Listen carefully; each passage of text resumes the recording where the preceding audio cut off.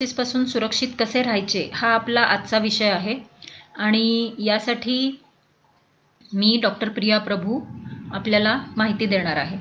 या लाईव्हमध्ये मी शक्यतो फोटोज वापरलेले नाही आहेत, कारण हे फोटो बघण्यासाठी थोडेसे गंभीर प्रकारचे असू शकतात, त्यामुळं फोटो वापरलेले नाही आहेत।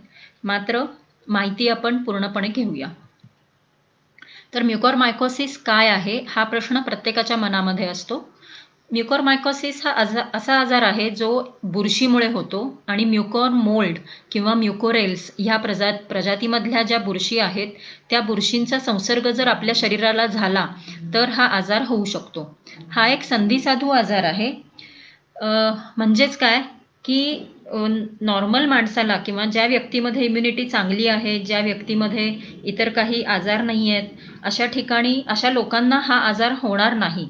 फक्त त्याला जर संधी मिळाली तरच हा आजार होतो, त्यामुळे त्याला संधिसाधू आजार असं म्हटलं जातं। तर काही प्रश्न आपल्या सर्वांच्या मनामध्ये असतात की पहिला प्रश्न असतो की हा नवीन आजार आहे का, यापूर्वी ह्याचं नाव कधीच ऐकलं नव्हतं। याचं कारण असं आहे की हा आजार हा कॉमनही नव्हता, सगळ्यांना व्हायचा नाही आणि आधीपासून जरी असेल तरी देखील ह्याचं प्रमाण अतिशय कमी होतं। हा आजार फक्त कोविड रुग्णांनाच होतो का, तर असं नाहीये। ज्या रुग्णांना इम्युनिटी कमी असते, यामध्ये मग विशेषतः HIV बाधित रुग्ण असू शकतात, मुख्यतः ज्या रुग्णांना डायबिटीस आहे किंवा कीटोॲसिडोसिसमध्ये हे रुग्ण गेलेले असतात, अशा रुग्णांमध्ये हा आजार जास्त प्रमाणांमध्ये दिसून येतो।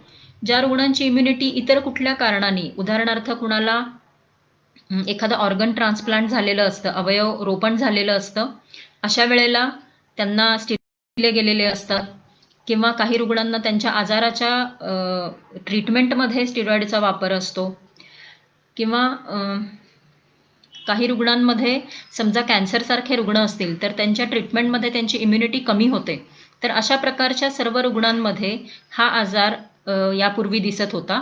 आता कोविड रुग्णांमध्ये ह्या आजाराचं दिसण्याचं प्रमाण हे दिसून येत आहे। पहिल्या लाटेमध्ये हा आजार झाला नव्हता का, तर पहिल्या लाटेमध्ये देखील काही केसेस झालेल्या होत्या। फक्त पहिल्या लाटेमध्ये ज्या केसेस झाल्या त्याची आपण सर्व नोंदणी किंवा एका ठिकाणी माहिती गोळा केलेली नव्हती। यापूर्वी जसं आता हा मी फोटोग्राफ तुम्हाला दाखवला, ही माझी एक डेली टिप आहे 25/12ची, 100वी टिप होती ती कोइन्सिडेंटली। तर दिल्लीमध्ये गंगाराम हॉस्पिटलमध्ये 22 केसेस एका वेळेला म्हणजे काही दिवसांमध्ये सापडल्या होत्या, तर त्यामुळं आपण ही माहिती लिहिली होती म्युकोरमायकोसिसबद्दल। तर यापूर्वीही झाल्यात, पहिल्या लाटेमध्येही झाल्यात, मग दुसऱ्या लाटेमध्ये का रुग्ण वाढलेत हा प्रश्न सगळ्यांच्या मनामध्ये आहे। तर लक्षात घ्या की पहिल्या लाटेपेक्षा दुसरी लाट ही जवळजवळ चौपट मोठी आहे। तर जेव्हा रुग्णच जास्ती असतील करोनाचे, तर त्यानंतर ज्यांना म्युकोरमायकोसिस होणार आहे ती संख्या देखील आपल्याला त्या पटीमध्ये मोठी दिसणार आहे। दुसरं म्हणजे आत्ताचा आजार हा नव्या व्हेरियंटमुळे झालेला आहे आणि सध्या आपल्याला गंभीर रुग्ण होत आहेत, जे कमी वयाचे देखील असतात गंभीर रुग्ण, आणि विशेषतः इतर अवयवांना बाधा होण्याचं प्रमाणही दिसतंय। याचं उदाहरण म्हणजे पूर्वी पहिल्या लाटेमध्ये फक्त आपल्याला सर्दी खोकला अशा प्रकारचीच लक्षणं दिसत होती, पण आताच्या दुसऱ्या लाटेमध्ये इतर लक्षणं, जसं काही लोकांना जुलाब असतात, काही लोकांचे डोळे लाल होतात, त्यामुळं इतर अवयव देखील बाधित होत आहेत। पहिल्या लाटेमध्येही होत होते, पण आत्ताच्या लाटेमध्ये त्याचं प्रमाण थोडंसं जास्त वाटतंय। आणि त्यानंतर आपण आता नोटिफिकेशन सुरू केलेलं आहे, म्हणजे म्युकोरमायकोसिसची केस कुठल्याही दवाखान्यामध्ये गेली तरी देखील त्याची नोंदणी आपण सेंट्रल ठिकाणी करतोय। मग अशा वेळेला आपण जेव्हा माहिती गोळा करतो त्यावेळेला सुरुवातीला आपल्याला खूप संख्या वाढलेली आहे असं वाटतं, कारण ती माहिती एकत्रित व्हायला सुरुवात होते, जे पहिल्या लाटेमध्ये असं आपण करत नव्हतो। तर त्यामुळं जरी रुग्ण वाढलेले दिसत असतील तरी एकूण रुग्णसंख्येच्या मानाने ही संख्या अजूनही कमी आहे। याला सरकारनी एपिडेमिक किंवा साथ असं नाव दिलेलं आहे। ह्याचं कारण आहे की अपेक्षेपेक्षा ह्या केसेस जास्ती आहेत म्हणून। याचा अर्थ असा नाहीये की करोनासारखा हा आजार एका रुग्णापासून दुसऱ्या रुग्णापर्यंत जाईल। हा संसर्गजन्य आजार नाही, एका रुग्णाला झाला तर तो पुढे जाण्याचं प्रमाण नसतं। अशा केसेस ह्या भारतामध्येच जास्त दिसून येत आहेत, आजूबाजूच्या देशांमध्ये किंवा इतर देशांमध्ये त्याचं एवढं प्रमाण दिसून येत नाहीये। तर याचं कारण मुख्यतः असं आहे की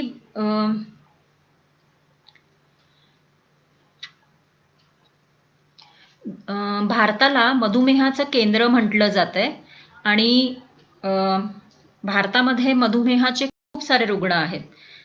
कॅपिटल ऑफ डायबिटीस असं म्हटलं जातं भारताला. आता आपल्यापैकी किती जणांना तरी मधुमेह असतो, पण ते त्यांना माहीत नसतं, कारण त्यांनी नियमित तपासणी केलेली नसते. काही लोकांनी दुर्लक्ष केलेलं असतं, कारण त्यांना भीती असते की आता मधुमेह झालाय तर आपल्याला साखर किंवा बंद करायला लागेल, गोळ्या चालू करायला लागतील, तर मग काही जण डॉक्टरकडे जात नाहीत. काही जणांनी त्यांना गोळ्या सुरू असतात, पण त्यांना वाटतं की आता खूप दिवस गोळ्या घेतल्या, चला बंद करूया, किंवा साखर आता कमी आली आहे तर आपण अर्धीच गोळी खाऊया. अशा प्रकारे त्यांनी काहीतरी प्रयोग केलेले असतात, गोळ्या बंद केलेल्या असतात. काही लोकांनी मनानेच गोळ्या सुरू ठेवलेल्या असतात, म्हणजे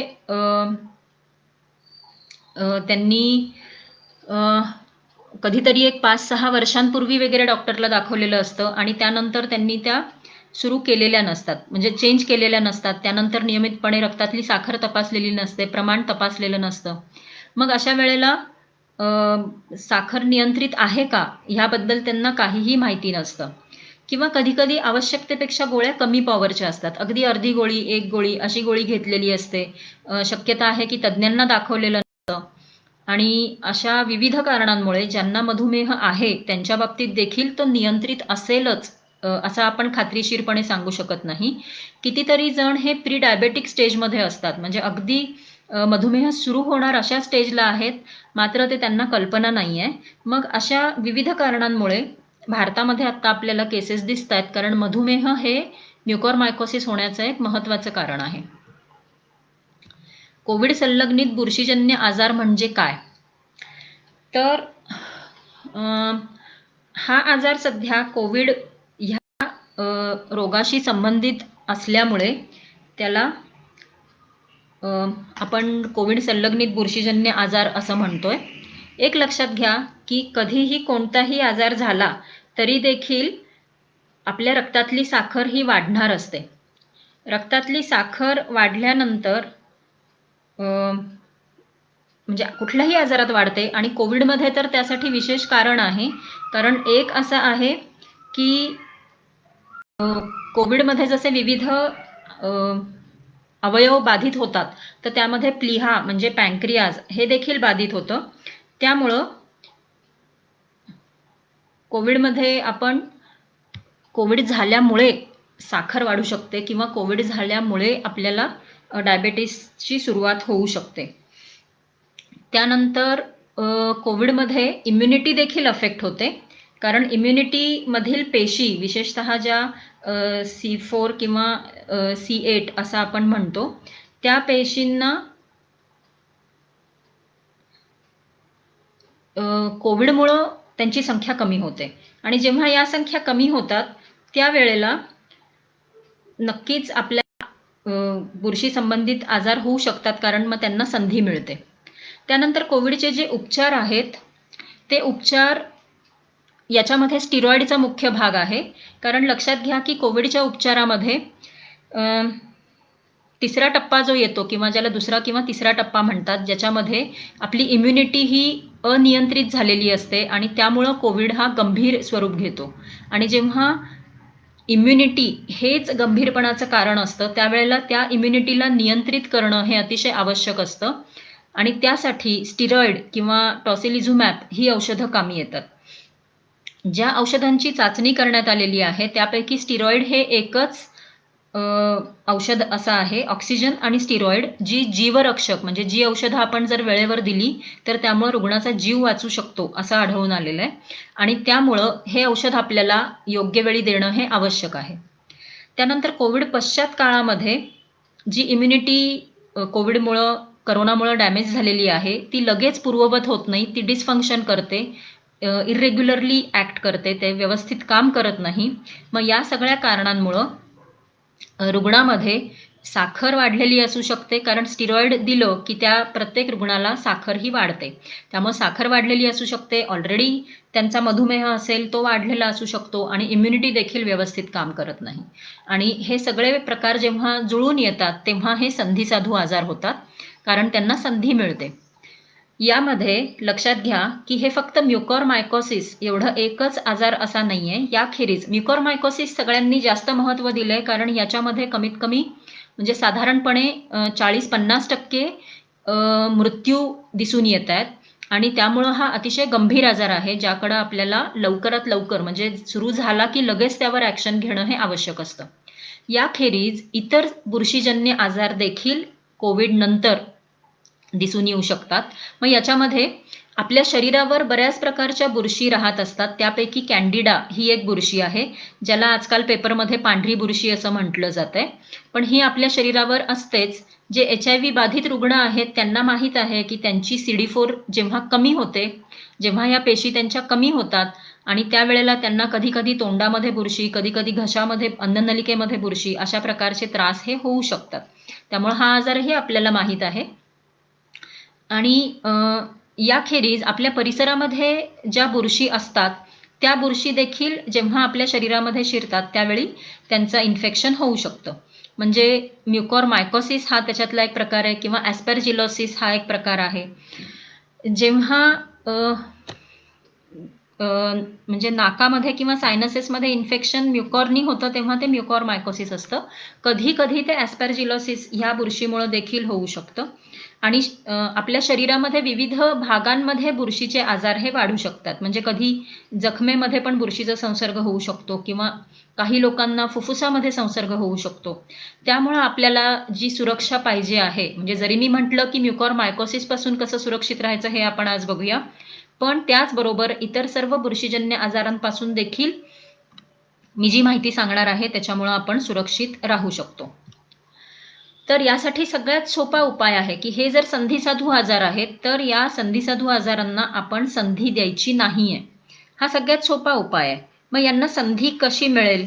तर संधी मिळण्यासाठी आपण म्हणतो ना, मिल बैठे चार यार, तर असं हे जर चौकडी आहे ही जर जुळून आली तर अशा वेळेला म्युकरमायकोसिस होण्याची शक्यता ही अतिशय वाढते.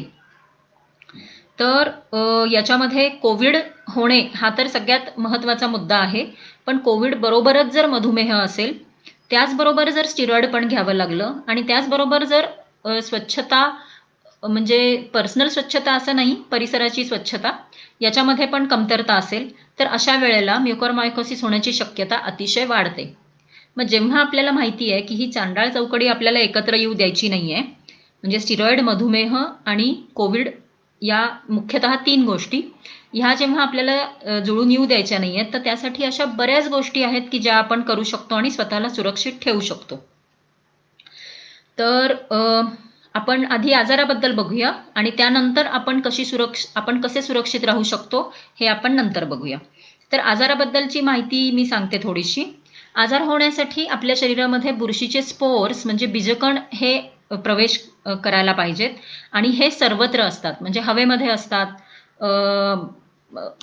म्हणजे विशेषतः जर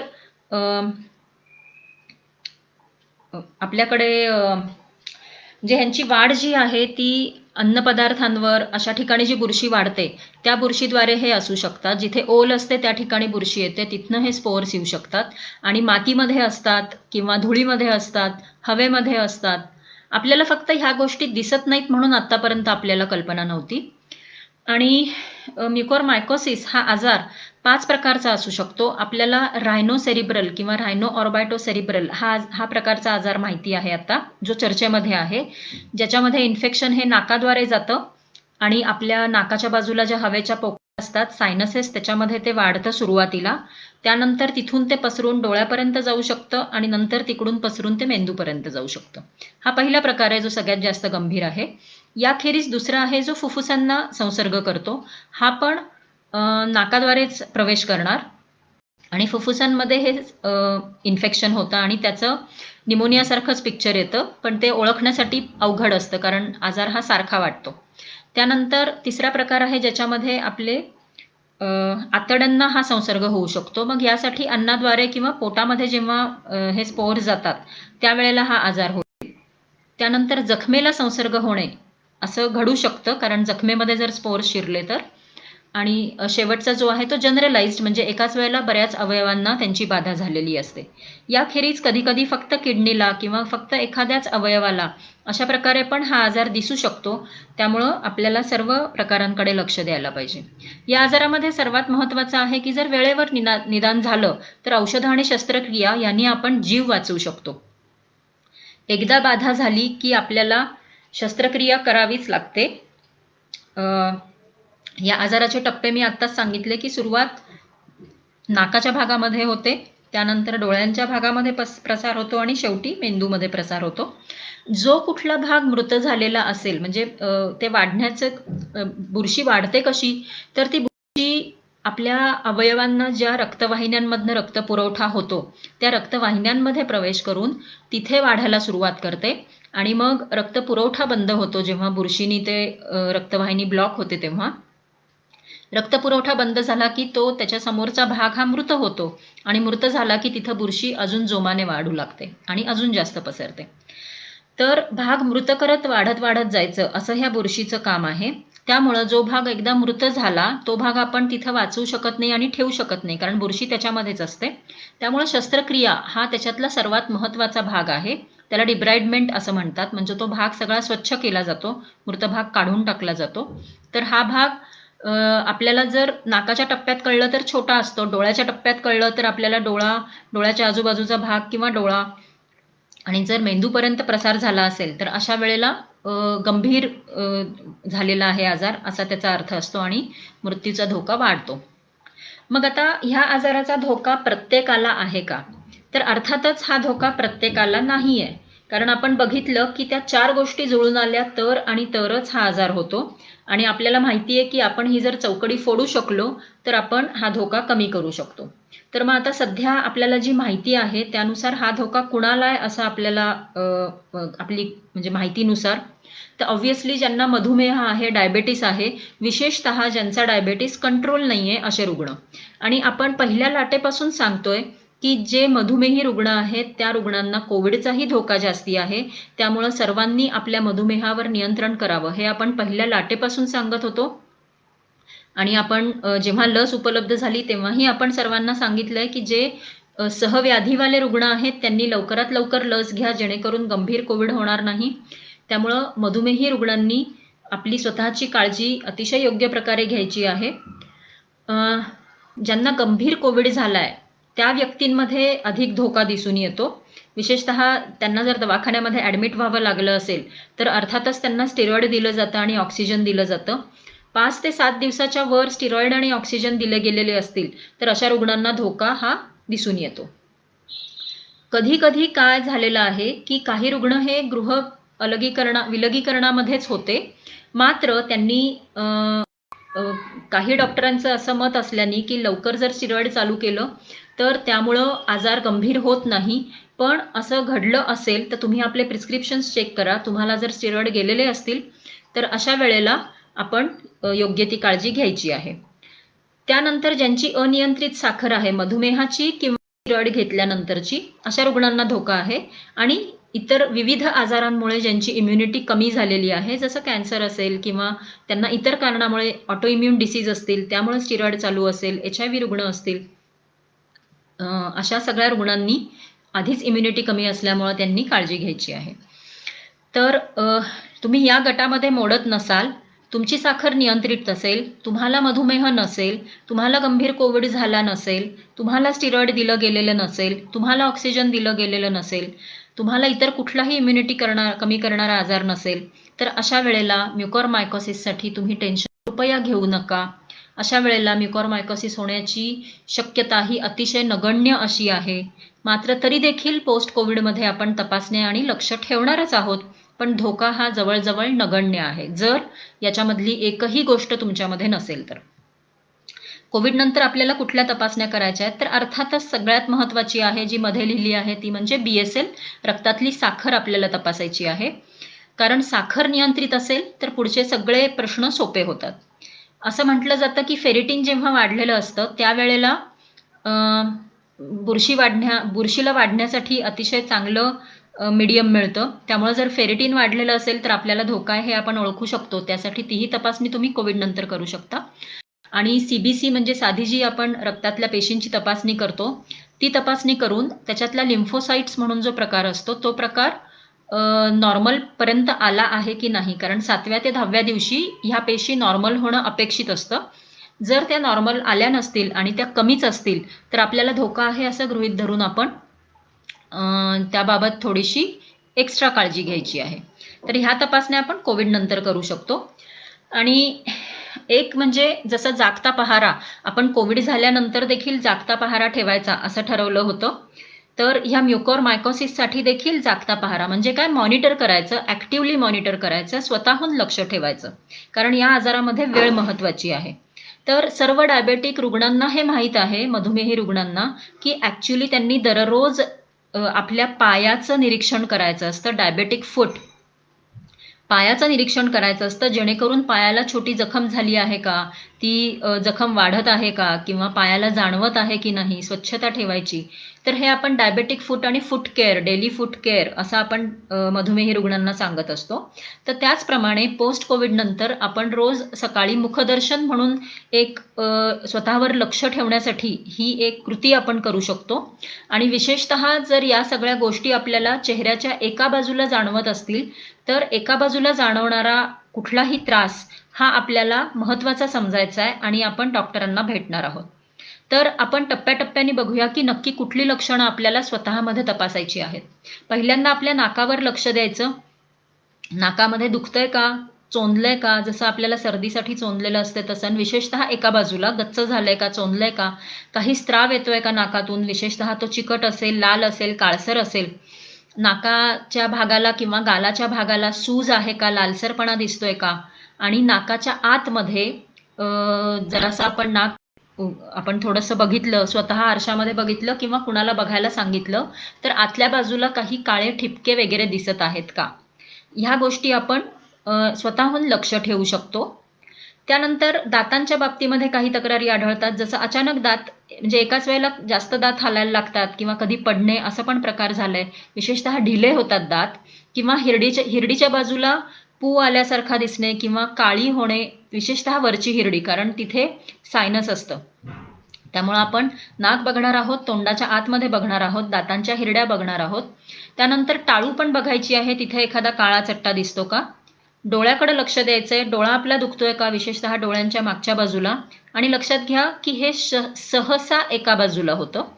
सूज दिसतीये का, डोळा बाहेर आल्यासारखा वाटतोय का किंवा खाली सरकल्यासारखा वाटतोय का, पापणी बंद राहतीये का, डोळा हलत नाहीये का एखादा डोळा. तर असं जर आपण लक्ष दिलं तर आपल्याला गंभीर आजार होण्यापासून आपण लवकरात लवकर टाळू शकतो आणि लवकर आपल्याला लक्षात येऊ शकतं की काही आपल्याला त्रास होतोय का.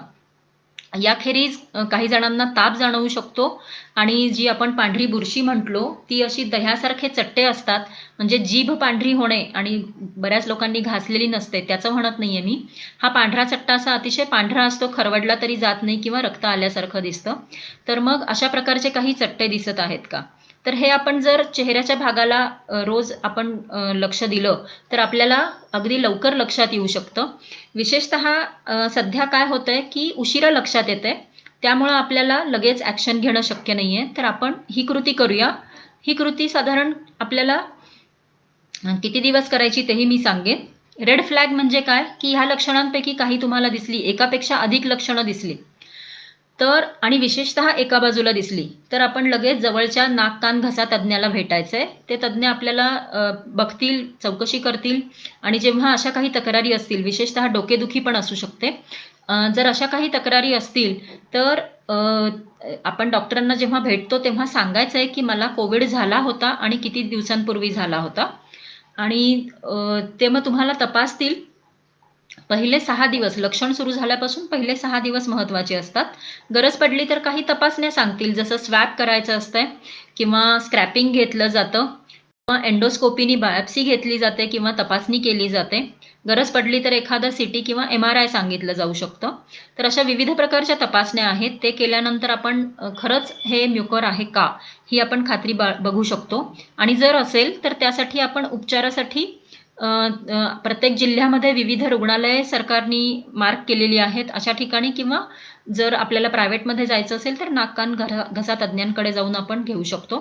यासाठी औषध आहे जे एम्फोटेरेसिन B म्हणून आहे. ह्याचा डोस बऱ्याच दिवसांसाठी द्यावा लागतो कारण ही बुरशी असल्यामुळे लगेच बरी होत नाही आणि दिवसभरामध्ये मोठा डोस द्यावा लागतो. तर जर त्यामुळं हे थोडंसं खर्चिक प्रकरण आहे आणि त्याचप्रमाणे शस्त्रक्रिया कराव्या लागतात आणि कधी-कधी एकाहून अधिक शस्त्रक्रिया कराव्या लागतात आणि याची जी ट्रीटमेंट आहे ती फक्त एका डॉक्टरवर नाहीये. एकाच वेळेला डोळ्यांचे डॉक्टर, नाकाचे डॉक्टर, मेडिसिनचे डॉक्टर किंवा कधी डेंटल डॉक्टर, ॲनेस्थेशिया असे बऱ्याच डॉक्टरांची एकत्रितपणे ही ट्रीटमेंट करावी लागते. आपण जी ही काळजी घेणं किंवा स्वतःवर लक्ष ठेवणं हे जे आपण म्हटलं होतं ते कोविड झाल्यानंतर 6 ते 8 आठवडे आपल्याला करायचे. 1 ते 2 महिने स्वतःवर लक्ष ठेवायचंय. सगळ्यात महत्त्वाचं आपण साखर नियंत्रित ठेवायची आहे. त्यासाठी तुम्ही जर तुमची अनियंत्रित साखर असेल किंवा तुम्हाला मधुमेह असेल तर तुम्ही आठवड्याला तपासणी करून त्यावर लक्ष ठेवू शकता किंवा घरी तपासण्याचं जे साखर तपासण्याचं यंत्र असतं ते घेऊन तुम्ही तपासणी करू शकता. तुमचं जर इरेग्युलरली म्हणजे कंट्रोलमध्ये राहत नसेल तर आणि विशेषतः माझा सल्ला आहे की जर कोविड होऊन गेला असेल आणि तुमचं मॉडर्न मेडिसिन किंवा ॲलोपॅथीच्या औषधांना तुम्हाला आवडत नसेल तरी देखील ह्या काळामध्ये आपल्याला साखर नियंत्रित ठेवणे हे अतिशय महत्त्वाचं आहे. त्यामुळे कृपया तुम्ही साखर नियंत्रित करण्यासाठी जे कुठले सल्ले डॉक्टर देतील, जी कुठली औषधं डॉक्टर देतील ही तुम्हाला योग्य पद्धतीने पाळायची आहेत. गरज पडली तर इन्शुलिन देखील घ्या. इन्शुलिन काही काळासाठी घ्यायला लागू शकतं आणि इन्शुलिन हे शरीरातलाच भाग असतो. तुमच्या शरीरामध्ये इन्शुलिन हे नॉर्मली तयार होत असतं. त्यामुळे इन्शुलिन घेतल्याने त्याला तुम्हाला त्रास होणार नाहीये आणि ही औषधं आपण कितीतरी मधुमेही रुग्ण हे बरेच वर्ष घेतात आणि ही औषधं सेफ आहेत. त्यामुळे तुम्ही न घाबरता जर तुमची साखर नियंत्रित नसेल तर नियंत्रण करण्यासाठी योग्य ती औषधं घ्या. आणि एक महत्त्वाचं आहे, सर्वात महत्त्वाचं, की अशी शक्यता आहे की काही डायबिटीसचे रुग्ण दवाखान्यामध्ये ॲडमिट व्हायला जातात तेव्हा डायबिटीसची औषधं विसरू शकतात किंवा आता कोविडची औषधं चालू आहेत, ह्या गोळ्या बंद करूया किंवा किती गोळ्या खायच्या अशा पद्धतीने काहीतरी विचार करून औषधं दवाखान्यामध्ये घेऊन न जाणे असं घडू शकतं. तर कृपया आपण जेव्हा ॲडमिट व्हायला जाणार असाल त्यावेळेला डायबिटीसची आपली नेहमीची नियमित औषधं घेऊन जा, तिथल्या डॉक्टरांना सांगा आणि ती चालू ठेवा. ती बंद करायची नाहीयेत किंवा जर तुम्हाला त्यावेळेला साखरेसाठी काही इतर चालू होणार असेल तर ती कल्पना द्या की आत्ता ही औषधं एवढी आहेत तर मग त्याच्यात काय बदल होणार असतील तर त्यानुसार औषधं तुम्ही घेऊ शकता. आता आपल्या लक्षात असं आलं असेल की आजार झाला तर आपण करू शकणाऱ्या गोष्टी ह्या थोड्याशा कमी आहेत. तर आपण आजार होऊ दिलाच नाही तर काय? तर ही अतिशय चांगली कल्पना आहे. तर हा आजार होऊच दिला नाही तर कसं? प्रिव्हेन्शन कसं करायचं? टाळायचा कसा? तर आपण हे बघितलं की संधी आपल्याला त्या म्युकॉरला मिळणार आहे, बुरशीला मिळणार आहे जेव्हा हे सगळं येतं. तर आपण टप्प्याटप्प्याने बघूया की आपण काय करू शकतो. तर सगळ्यात पहिला मुद्दा की ना रहेगा बांस न रहेगी बासुरी. तर जर कोविडच झाला नाही आपल्याला तर मग म्युकोरमायकोसिससाठी आपल्याला टेन्शन घ्यायचं कामच येत नाही. तर कोविड टाळण्यासाठी आपल्याला माहिती आहे की मास्क सारखं चांगलं काहीच नाहीये. मात्र आता असं म्हणजे आधी पण मास्कची भीती वाटायची सगळ्यांना आणि आता पुन्हा WhatsApp फॉरवर्ड आलेत की मास्कमुळं पण हे होतं, मास्क 24 तास लावू नका, सारखा लावू नका वगैरे वगैरे. मास्कचे जर आपण नियम बघितले तर त्या नियमांमध्ये आहे की जर एकदा वापरून टाकायचा मास्क असेल तर तो 6 ते 8 तासच वापरायचा असतो. मास्क कुठल्याही कारणाने जर ओलसर झाला, खराब झाला, जो एकदा वापरून टाकायचा आहे तर तो टाकायचा आहे आणि जे कापडी मास्क आहेत ते स्वच्छ धुवून वापरायचे आहेत. त्यामुळे मास्क वापरण्यासाठी जे नियम ऑलरेडी सांगितलेले आहेत त्या पद्धतीने तुम्ही वापरत असाल तर मास्कपासून तुम्हाला घाबरण्याची काहीच गरज नाहीये. आणि मास्क आपल्याला कोविड टाळण्यासाठी कधी आणि कसा वापरायचा ह्याबाबत आपल्या पेजवर बऱ्याचदा माहिती सांगितलेली आहे. त्याचा व्हिडिओ पण आहे आणि सध्या आपण नवीन ह्याच्यामध्ये त्याची माहिती दिलेली आहे तर तुम्ही ते वाचू शकता. करोना अनुरूप वर्तन करणं हे अतिशय महत्त्वाचं आहे. लस उपलब्ध झाल्यानंतर विशेषतः मधुमेहींनी लस घेतली तर त्यांचा धोका हा कमी होऊ शकतो आणि एक लक्षात घ्या, ही जी डायग्राम आहे ती मला अतिशय आवडते, कारण ह्याच्यामध्ये आपल्याला लक्षात येतं की एकापेक्षा अधिक जेव्हा आपण उपाय करतो, एकापेक्षा अधिक चिलखतं जेव्हा आपण वापरतो, त्यावेळेला आपण कोविडपासून सुरक्षित राहू शकतो. त्यामुळं आपण एकापेक्षा जास्त उपाय वापरायचे, फक्त एका उपायावर भर द्यायची नाही.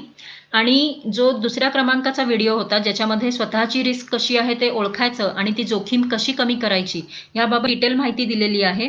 त्यामुळं कोविड टाळण्यासाठी आपण सर्वतोपरी प्रयत्न करूया. समजा कोविड नाही टळू शकला, तरी पण मास्क वापरला तर आपला आजार हा गंभीर होत नाही. कुटुंबामध्ये जर कोविड एखादा रुग्ण जरी असेल, तर आपल्याला माहिती आहे की कुणालाही लक्षण आलं की आपण लगेच मास्क वापरणार आहोत सगळेजण.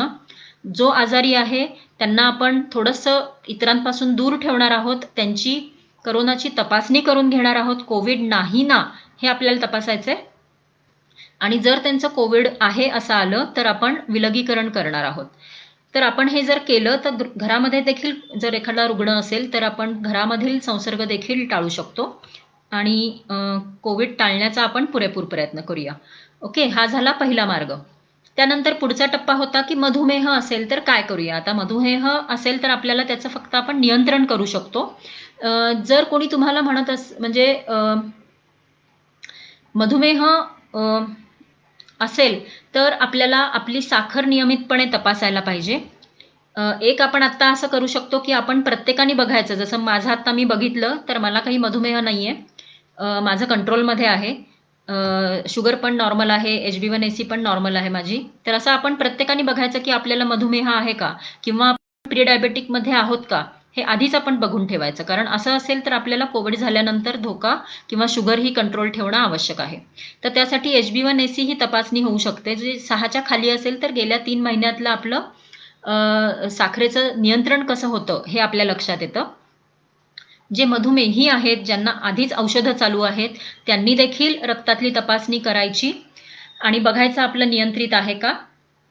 3 महिन्याचं नियंत्रण कसं आहे हे पण बघायचं. आपल्या डॉक्टरांशी सल्लामसलत करायची.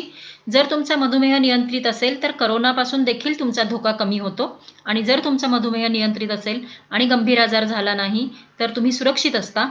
आणि जरी आपल्याला स्टिरॉइड द्यायची गरज पडली तर आवश्यकतेनुसार इन्शुलिन तुम्ही घेऊ शकता. आणि कोविड संपल्यानंतर पुन्हा एकदा बघायचं की आपला साखर नियंत्रित आहे का. नसेल तर आहार, औषधे बदलून, व्यायाम करून अशा पद्धतीने आपण साखर ही नियंत्रणामध्ये आणू शकतो. तर साखरेचं नियंत्रण हे अतिशय महत्त्वाचं आहे. त्यानंतर पुढचा टप्पा होता स्टिरॉइड. हे तर जीवरक्षक आहे, त्यामुळे आपण हे औषध न घेणे असं आपण करू शकत नाही. तर जेव्हा गरज असेल त्यावेळेलाच आपल्याला स्टिरॉइड घ्यायचंय. योग्य वेळ कोणती आहे, O2ची गरज जर आपल्याला भासली तर अशा वेळेला आपल्याला स्टिरॉइड घ्यावं लागणार आहे. तर त्यामुळे SpO2 93च्या खाली गेला तर योग्य वेळी तुम्ही दवाखान्यामध्ये पोचा, जेणेकरून तुमचा हॉस्पिटलमधला राहण्याचा काळ देखील कमी होऊ शकतो. आणि तुम्ही दवाखान्यामध्ये असताना जेव्हा शक्य आहे तेव्हा मास्क लावू शकता. आणि स्टिरॉइड हे योग्य मात्रेमध्ये तुम्हाला दिलं जाईल, कारण आपल्या शासनाने जे काही मार्गदर्शक आपल्याला प्रणाली दिलेली आहे, हे दिलेलं आहे की कशा प्रकारे टास्क फोर्सने दिलेलं आहे, त्याच्यामध्ये योग्य मात्रा, किती दिवस द्यायचं, ह्या सगळ्याची माहिती आहे. तर साधारण 5 ते 10 दिवस तुम्हाला गरज पडू शकते. अगदी क्वचित काही लोकांना जर फायब्रोसिस होत असेल किंवा त्यांना जास्त नुकसान होत असेल शरीराचं, अशा वेळेला जास्त काळासाठी औषध दिलं जाऊ शकतं. हा निर्णय आपण डॉक्टरांवर सोडायचा आहे, हा निर्णय आपण घेऊ शकत नाही. मात्र डॉक्टर हे अर्थातच आता म्हणजे डॉक्टरांचं लक्ष तर आहेच की जेव्हा स्टिरॉइड असेल तेव्हा साखरेचा कंट्रोल देखील केला जातो. दिवसातनं 3 वेळा तपासून त्यानुसार योग्य ते औषधं तुम्हाला दिली जातात. साखर आपल्याला कोविड असताना म्हणजे स्टिरॉइड चालू असताना किंवा नंतरही कोविड झाल्यानंतर देखील 110 ते 180 ह्या टप्प्यामध्ये आपली साखर राहायला पाहिजे, अशी काळजी घ्यायची आहे. त्यानंतर येतो स्वच्छतेचा टप्पा. स्वच्छता म्हणजे असं नाही की तुम्ही किती झाडता, पुसता वगैरे अशा अर्थाचं नाहीये. आपण आपल्याला सुरक्षित ठेवण्यासाठी काय काय करू शकतो.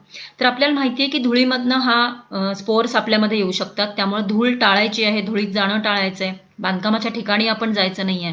कोविड झाल्यानंतर बरेच जण की हा बाबा आता कोविड झाला, मी मास्क नाही वापरला तर चालेल म्हणून निवांत होऊ शकतात. तर पुढचे 1-2 महिने काळजी घ्याच. त्यानंतरही काळजी घ्या, कारण आपल्याला स्वच्छ मास्क वापरणं आणि शक्य असेल तर N95 वापरणं किंवा डबल मास्क वापरणं हे आवश्यक आहे.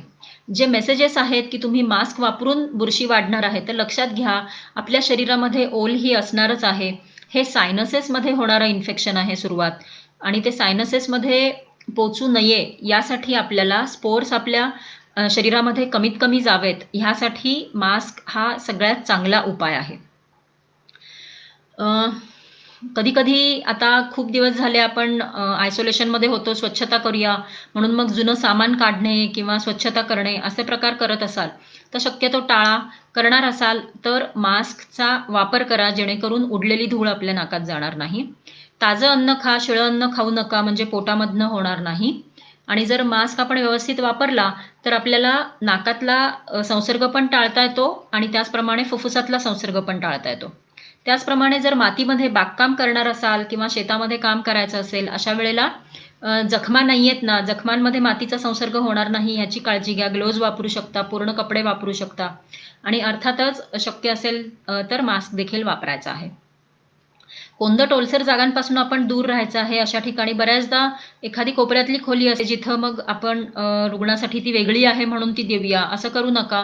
मोकळी, हवेशीर आणि स्वच्छ खोली आपल्याला रुग्णाला द्यायची आहे. त्यानंतर घरामध्ये आणि रुग्णालयांमध्ये स्वच्छता राखणे, ओव्हरऑल स्वच्छता राखणे, विशेषतः घरामध्ये ओला कचरा साठवू न देणे, कारण ओल्या कचऱ्यावर बुरशी वाढते हे आपल्याला माहीत आहे.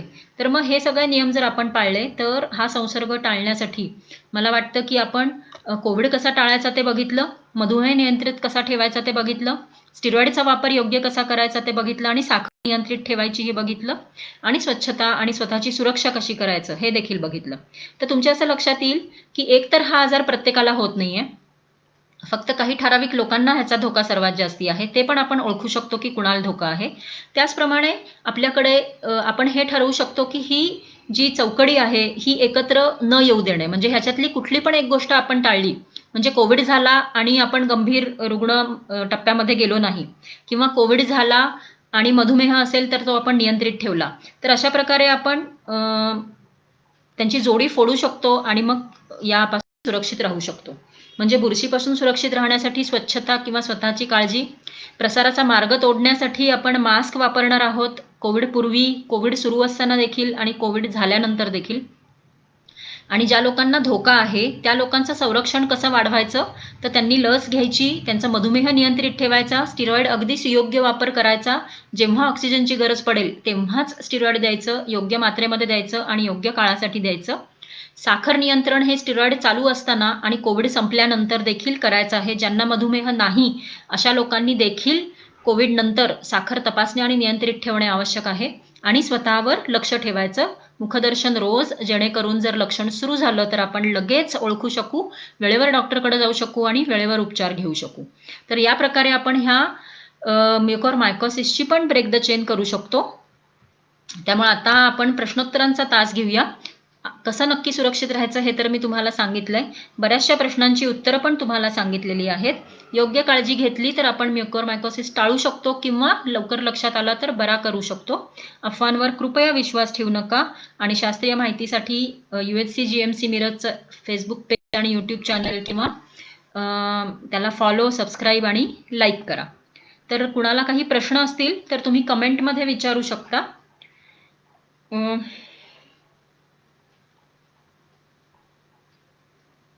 राहुल पाटील सर, धन्यवाद. नियमित तपासणी आणि लपवून ठेवल्याने दुर्लक्ष होतं हे तर खरंच आहे, कारण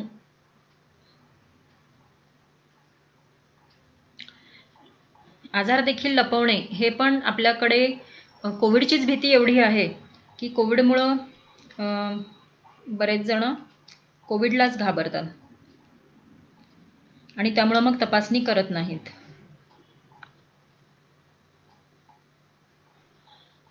कुठे काही प्रश्न असतील तर मग तसे तुम्ही सांगा, म्हणजे मग आपण त्यासाठी उत्तरं देऊ शकतो.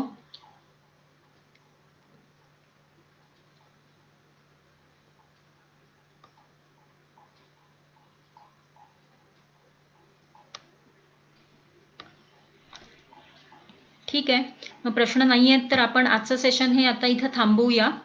आणि जर काही तुम्हाला प्रश्न असतील तर कमेंट्समध्ये तुम्ही नंतर विचारू शकता. हा व्हिडिओ मी आता शेअर करेन आणि शेअर केल्यानंतर तुम्हाला हा पुन्हा बघायला मिळू शकेल.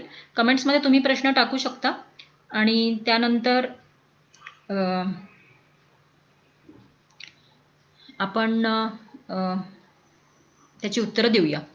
So thank you so much.